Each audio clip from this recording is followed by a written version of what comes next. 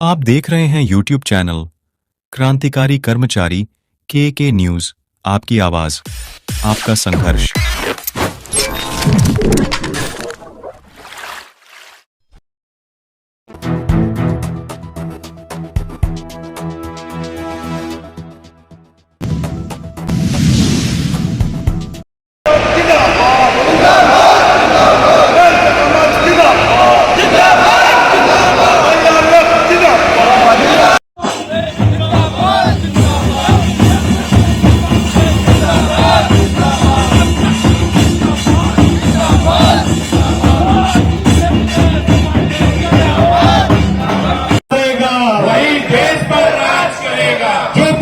Pension बहाल करेगा, वही देश पर राज करेगा। जो पुरानी पेंशन बहाल करेगा, वही देश पर राज करेगा। धन्यवाद, बहुत बहुत धन्यवाद।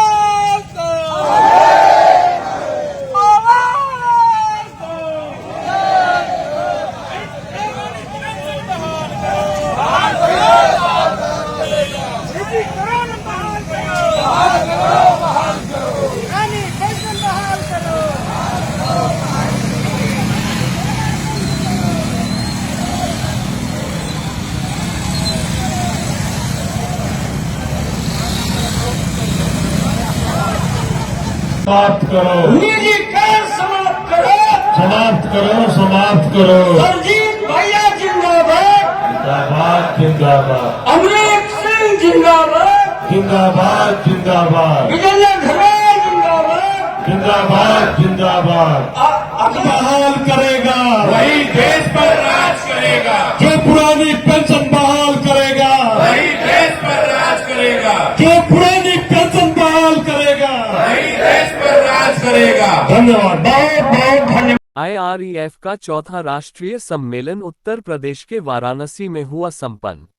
देश भर के रेलवे कर्मचारी हुए सम्मेलन में शामिल। रेलवे कर्मचारियों के चौथे राष्ट्रीय सम्मेलन में शामिल नेताओं ने रेलवे में बढ़ते निजीकरण पर रोष प्रकट किया तथा पुरानी पेंशन बहाली आंदोलन में सहयोग का निर्णय लिया। कर्मचारी नेताओं ने कहा कि भारतीय रेल देश की जीवन रेखा है तथा देश में रोजगार का सबसे बड़ा विभाग है, पर सरकार की अनदेखी व अंधाधुंध निजीकरण से यह समाप्ति के कागार पर पहुंच गया है, जिसका कर्मचारी विरोध करते हैं। विभाग को बचाने का हर संभव प्रयास रेलकर्मी करेंगे। सम्मेलन में पहुंचे पेंशन बहाली संघर्ष समिति हरियाणा के प्रदेश अध्यक्ष विजेंद्र धारीवाल ने कहा कि देश का प्रत्येक कर्मचारी निजीकरण के खिलाफ है। National movement for old pension scheme के बैनर तले देश भर के कर्मचारी व अधिकारी अपनी सामाजिक व आर्थिक सुरक्षा पुरानी पेंशन बहाल करने के लिए संघर्ष कर रहे हैं। देश जब आर्थिक महाशक्ति है तब सरकार द्वारा कर्मचारियों व देश पर जान न्यौछावर करने वाले अर्धसैनिक बलों की पेंशन बंद है, पर नेताओं की कई पेंशन चल रही है पर कोई विरोध नहीं। उन्होंने रेलवे के कर्मचारियों को 25 नवंबर को दिल्ली में होने वाली पेंशन महारैली के लिए आमंत्रित किया। पूरे रोक थे, इसके लिए हम लोगों को और इस सम्मेलन में आप अपनी योजना बना। अनार से दिल्ली के साथी, पटियाला के साथी, जगाजीपुर चौक के साथी, जब पंचकुला में आह्वान हुआ, हरियाणा रणवीर सिंह जिंदाबाद, एफएम के साथ जिंदाबाद।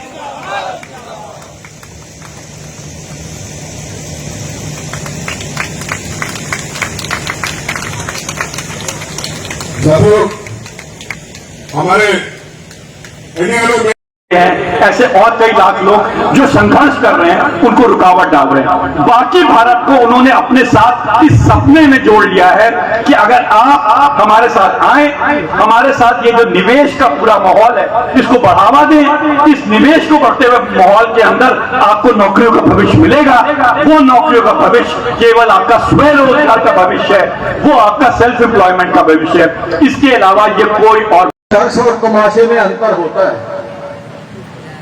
और जो लोग हम आए हैं पुरानी पेंशन की बात करने, निजीकरण को रोकने की बात करने, और पाला उस सरकार से पड़ा है जो कहते हैं कि इतिहास की सबसे तानाशाह सरकार है, तो उसको क्या ऐसे लुक छिप कर देखने से, दरख्तों के नीचे खड़ जाने से क्या पुरानी पेंशन की बहाल हो सकती है? साथियों,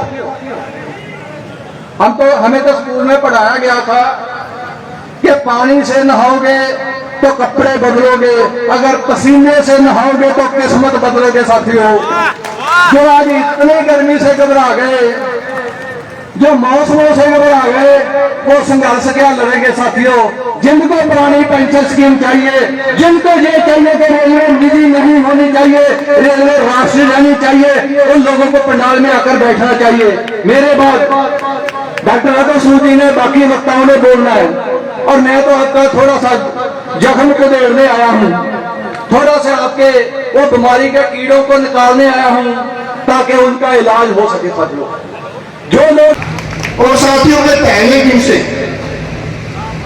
जब से हमने अपना ओपीएस बहाली का आंदोलन शुरू किया, एनएमएपीएस का गठन किया, एक बात हमेशा कहता हूं, जितने साथी मंच पर बैठे हैं उनसे ज्यादा ताकतवर कोई साथी अगर है वो हमारे सामने बैठने वाला साथी, जो इन साथियों को सुनता है, इनके दिशा निर्देश पर काम करता है और इस तानाशाह सरकार से टकराने की हमें हिम्मत देने का काम करता हुआ आप साथी। और ये हमने एक बार नहीं कई बार साबित किया। अमित सिंह जी हैं और हमारे जो आसपास के साथी हैं वो अच्छी तरह समझते हैं कि ओपीएस बहाली का एक ऐसा आंदोलन जो हर साथी के जहन में है, जो वहां उपस्थित थे उनके भी और जो नहीं थे, जिन्होंने सोशल मीडिया और मीडिया के माध्यम से देखा उन्होंने भी। जब हमने 11 फरवरी को 2023 को हरियाणा के मुख्यमंत्री का घेराव किया, और ये शायद ओपीएस आंदोलन का पहला आंदोलन होगा जहां पर 3 बार वाटर कैनन का हमारे साथियों के ऊपर प्रयोग किया गया, लाठीचार्ज किया गया, आंसू गैस के गोले तक दागी गए, और ये साथी गवाह बैठे हैं। उसके बावजूद भी जब हमारे साथी नहीं हटे, जो मुख्यमंत्री ये कहा करता था कि मैं कभी किसी संगठन से वार्ता नहीं करता, वार्ता करने के लिए मजबूर होना पड़ा था।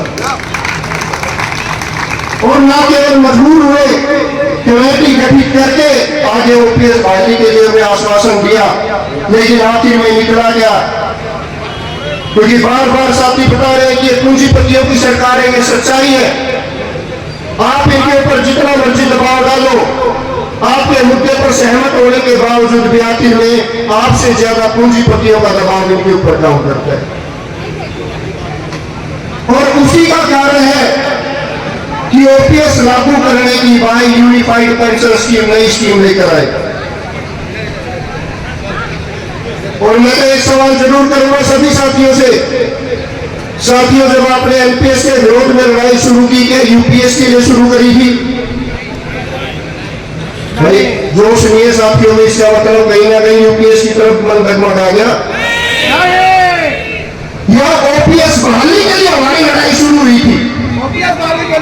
साथियों, मैं कई बार देखता हूँ, हर जगह पूछता हूँ ये बात कि हमारी लड़ाई ओपीएस बहाली की थी, लेकिन कई बार मुझे एक चीज महसूस होती है, हमारा हर साथी ये तो चाहते हैं कि ओपीएस बहाल हो, लेकिन वो गंभीरता उसके प्रति नहीं दिखाता। देश भर के पेंशन आंदोलन व सरकारी कर्मचारियों की खबरों से जुड़े रहने के लिए चैनल को सब्सक्राइब अवश्य करें तथा बेल आइकन बटन अवश्य दबाएं।